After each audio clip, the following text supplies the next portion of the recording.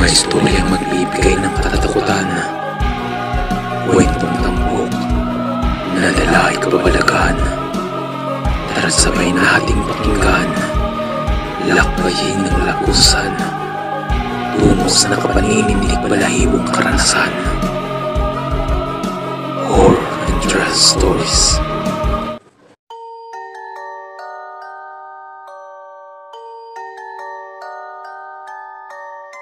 Hinding-hindi makakalimutan ni Papang ang araw na niyaya siya noon ni Lolo Nareng.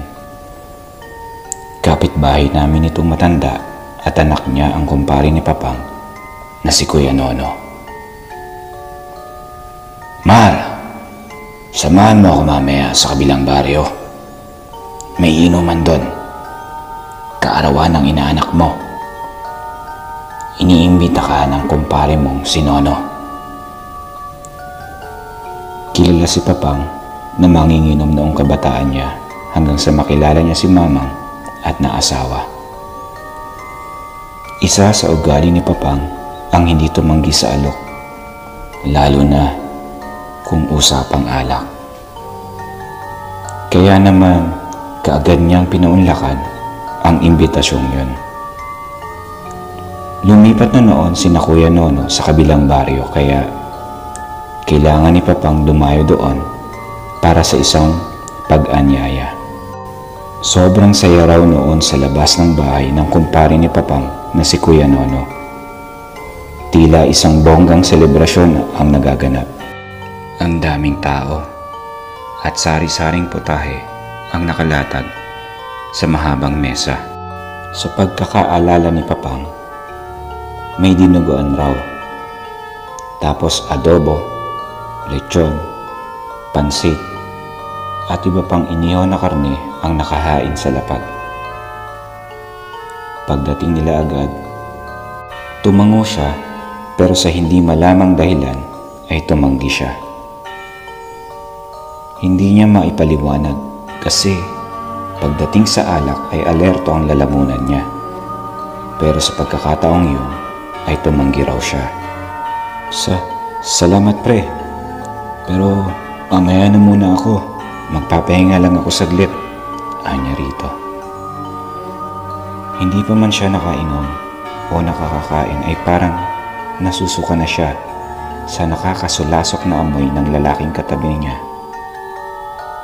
Parang amoy ng nabubulok na laman ang umaalingasaw na katawan nito.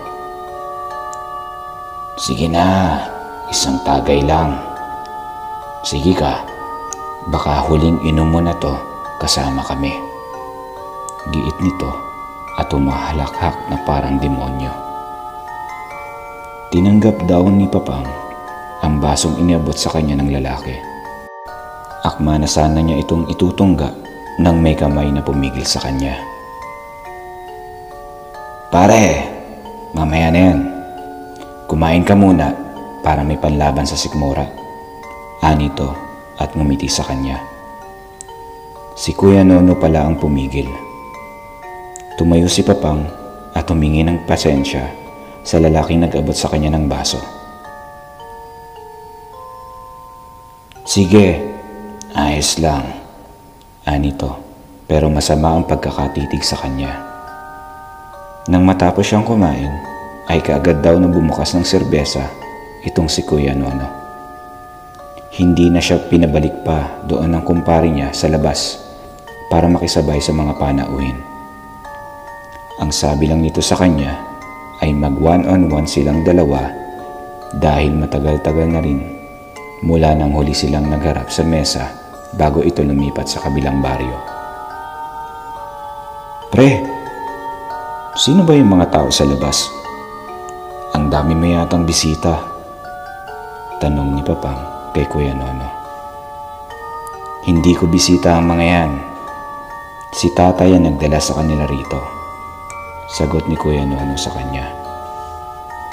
"Ganun ba? Taga saan ba sila?"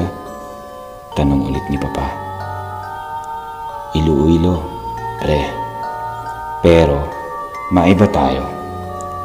Bakit ka nga pala pumunta rito?" Tanong daw sa kanya ng kumpare niya na ikinakunot niya ng noo. Ako? Akala ko ba'y inimbitahan mo ko? Sagot niya. Ha? Inimbitahan? Napatingin si Papang sa labas at tinuro ang matanda. Oo, pre. Yung tatay mo ang may sabi, kaya nga dinala niya ako rito. Bumuntong hininga raw si Kuya Nono at napailing. Sana tumanggi ka sa kanya. Hindi ka nababagay sa okasyon na to. Pero wala na akong magagawa. Nandito ka na eh. Medyo sumama ang loob ni Papang sa narinig niya. Pakiramdam niya ay gano'n na siya kapatay gutom para sa alak at handaan para dumalo. Pero ngayon pa man ay nahawi ang iniisip niyang iyon nang akbayan siya ni Kuya Nono. Salamat sa pagpunta, anito at ngumiti. Tuloy-tuloy ang tagay at kwentuhan nila ng kumpare niya, pero naudlot iyon nang tawagin si Kuya Nono ng tatay niya. Hindi marinig ni Papang ang usapan nila, pero alam niyang siya ang pinag-uusapan ng dalawa dahil panay ang tingin ng mga ito sa kanya habang walang tigil sa paghagik-hik si Lolo Nareng. Nang makabalik ang kumpare niya, ay agad niya itong tinanong, Pre, ang weirdo naman ng tatay mo. Ako ba yung pinag-uusapan niyo? Anya. Ha? Nako, hindi. Hayaan mo na yan, pre. Lasing eh. Alam mo na. Tugon nito at tinungga ang bote ng beer. Ilang minuto pa ang lumipas. Nakaramdam si Papang ng pagkaihi. Kaya nagpaalam muna siya na lumabas para umihi sa likod. Habang umiihi siya, may narinig siyang nag-uusap. Sa pagkakadinig niya, dalawang tao ito, isang babae at isang matandang lalaki. Iyong bisita kanina, yun ang iuwinan pabalik ng Iloilo mamayang gabi. Saad ng matandang lalaki. Hindi alam ni Papang kung ano ang ibig sabihin ng mga narinig niya. At dahil hindi malinaw, ay sinilip niya ang nag-uusap. Sana madala natin siya pa uwi mamaya. Kailangan ng makakain ni Inang ng atay. Hindi pa rin kasi siya gumagaling eh. Wika ng babae. Napakunot ang noo ni Papang kasi wala siyang ideya tungkol sa pinag-uusapan ng dalawa. Akma na siyang babalik sa loob ng mahagip ng mga paningin niya ang isang dugoang karne na nakasabit sa dingding kung saan nakaupo ang dalawang tao. Sobrang pagkagimbal ang naramdaman niya dahil ang nakita niyang karne ay hita ng tao. Dali-dali siyang bumalik sa loob para magpaalam na sanang umuwi. Pero wala na. Tulog na itong kumpare niya nang madatnan niya. Hindi niya namalayan. Natagalan siya sa labas. Marami ng bote ang walang laman. Tandaimin ang naubos si Kuya Nono. Naku, paano ba yan? Tinulugan ka na ng kumpare mo, Mar. Wika ni Ate Lani, ang asawa ni Kuya Nono. Oo nga eh. Uuwi na lang ako, Mare. Maligayang kaarawan na lang sa inaanak ko. Lalabas na sana siya nang bigla siyang hawakan ni Ate Lani sa braso. Bilisan mo. Malapit na magtakip silim. Anito. At pinagbuksan siya ng pinto sa likuran. Ingat sa daan, pre. Huwag mo na alalahanin pa si tatay. Dito ko na lang siya patutulugin, ang sabi ni Ate Lani at tumungo siya bilang tugon dito. Bago umalis si Papang, may inabot ang kumari niya sa kanya. Hindi naman siya tumanggi bagkus ay natuwa pa siya. Habang tinatahak ang masukal na daan pa uwi sa baryo namin, ay hindi siya mapakali. Palingon-lingon siya sa paligid at pilit kinakalimutan ang nakita niya kanina lang. Diyos ko, iuwi mo po ako ng ligtas. Aswang ang lahi ni paring Nono, sambit niya habang mabilis na naglalakad. Nang makarating siya sa kalagitnaan ng gubat ay takip silim na. Masyado nang madilim kaya mas binilisan pa niya ang paglalakad. Sa patuloy niyang pagbaybay sa loob ng gubat ay nakaramdam siya ng kakaiba. Sobrang weirdo at halo-halong emosyon. Nanlamig ang katawan niya at nagtayuan ng mga balahibo nang makarinig siya ng mga yabag, sit-sit at hagik-hik na tila may sumusunod sa kanya. Hindi lang niya iyon pinapansin pa. Baka elemento o kaya kapre lang naman daw iyon na pinaglalaroan siya. Sanay na siya sa mga ganyan. Subalit napatigil siya sa paghakbang nang makarinig siya ng malakas na hingal. Isang hingal na animoy kinakapos ng hangin. Lumingon siya at nakita niya si Lolo Naring. Nakaupo ito, nakatitig sa kanya. Nagtaka siya kasi ang sabi ng kumari niya ay doon ito patutulogin. At paano itong nakasunod sa kanya ng ganong kabilis? Tay! Sigaw niya rito. Pero hindi ito sumagot. Nakadilat lang ang mga mata nitong nakatitig sa kanya. Hindi na siya nagsayang ng oras at kagad na tumakbo. Binigay niya ang buong lakas at mabilis na tumakbo. Hindi para humingi ng tulong, kundi dahil sa sobrang takot sa nakita niya. Nakakapangilabot daw ang mukha ng matanda nang titigan niya ito. Maitim ang mukha at tumatagas ang laway sa bunganga nitong nakahanga. Habang tumatakbo siya, ay nagsasambit siya ng mga dasal. Hinatak niya ang kutsilyong binigay ng kumari niya sa kanya bago siya umalis. Walang tigil siya sa pagtakbo dahil nakarinig na siya ng mga angil sa paligid. Alam niyang hindi lang isa ang naghahabol sa kanya. Mula sa itaas ay narinig din niya ang malalakas na pagaspas. Sigaw ng sigaw siya ng tulong. Nagbabaka sakaling na may makarinig.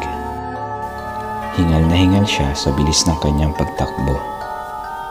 Nawala ang tama ng alak sa katawan niya at napilitan iyon ng malamig na pawis.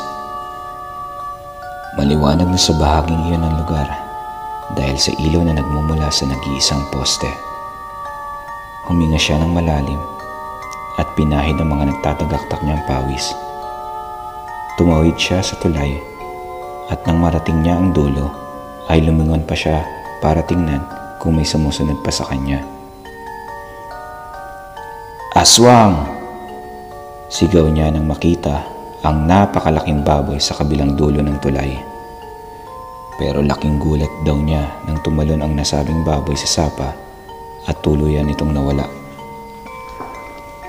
Nanginginig ang mga tuhod niya. Maraming tao ang nakakita sa kanya at dali-dali namang tumakbo ang mga ito at agad na umusisa kung anong nangyari. Ultimo mga tambay na nagiinuman ay iniwan ng mesa at nakitakbo rin sa kanya. Pambihira ka, Maro. Saan ka ba galing? Amoy alak ka. Grabe tama ng alak sa'yo. Pati aswang nakikita mo na. Ani ng mga ito at naghagal pa ka ng tawa. Hindi na iyon pinansin ni Papang at dali-dali siyang umalis. Pakiramdam niya napahiya pa siya kasi wala namang aswang. Nang nasa eskinita na siya papasok sa amin. Nadaanan niya ang bahay ni Lolo Naring. Laking gulat niya nang makita niya ang matanda sa bakuran nila. Basang-basa ito at hindi gumagalaw. Tila walang malay o animoy lasing na bumalagta sa lupa. Dali-dali siyang tumakbo papasok sa bakuran namin at kumatok sa pinto. Kinaumagahan, maagang nagising si Papang noon at ikinuwento sa amin ang nangyari. Pero nagulat kami, lalong-lalo na si Papang, nang biglang sumulpot si Ate Lani. Malungkot ito at umiiyak. Humingi siya ng pasensya sa nangyari.